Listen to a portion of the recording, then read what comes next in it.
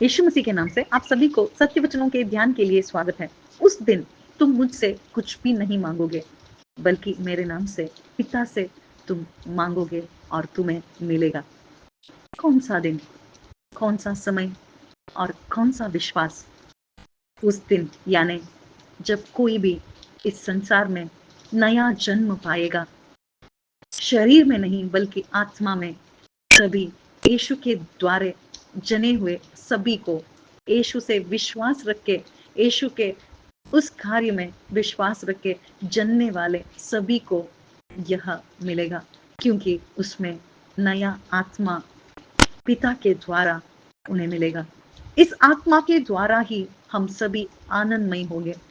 इस आत्मा के द्वारा ही हम पिता से मांग सकते हैं। इस आत्मा के द्वारा ही हम उनके बेटे बन सकते हैं। जैसे कि उन चेलों को यह सभी मालूम नहीं था। मनुष्य पुत्र पे विश्वास रखने पर उन्हें क्या मिलेगा उन्हें नहीं मालूम था। वे शोकित थे।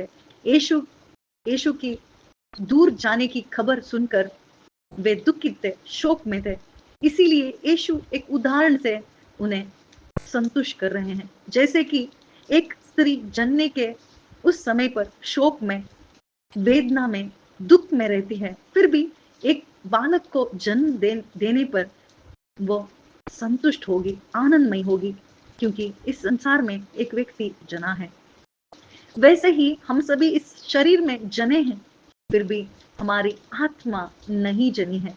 जब कोई भी यीशु पे विश्वास रखता है, आदम के द्वारा जो कुछ भी मरण हम अनुभव करते हैं, वह सभी यीशु निकाल कर, उस क्रूस पर चढ़कर सभी निकाल कर चिल्लाए जाने पर हमें रिहा दिया है। और विश्वास करने के लिए सभी को विश्वास करने से पवित्र आत्मा पिता देंगे, और इस पवित्र आत्मा के द्वारा ही हम आनंदमय होंगे। यीशु के चेलों ने यह सभी अनुभव किया।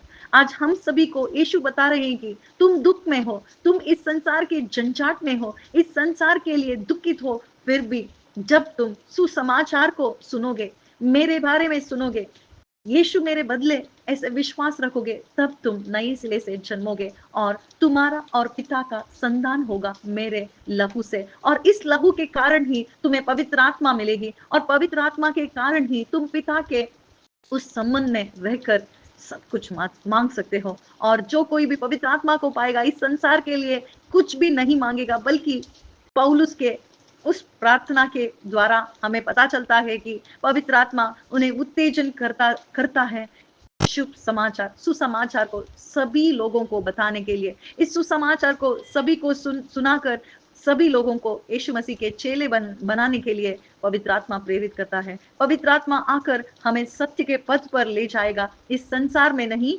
बल्कि सत्य के पथ पर ले जाकर हमें अनंत जीवन के बारे में सिखाएगा। आमीन।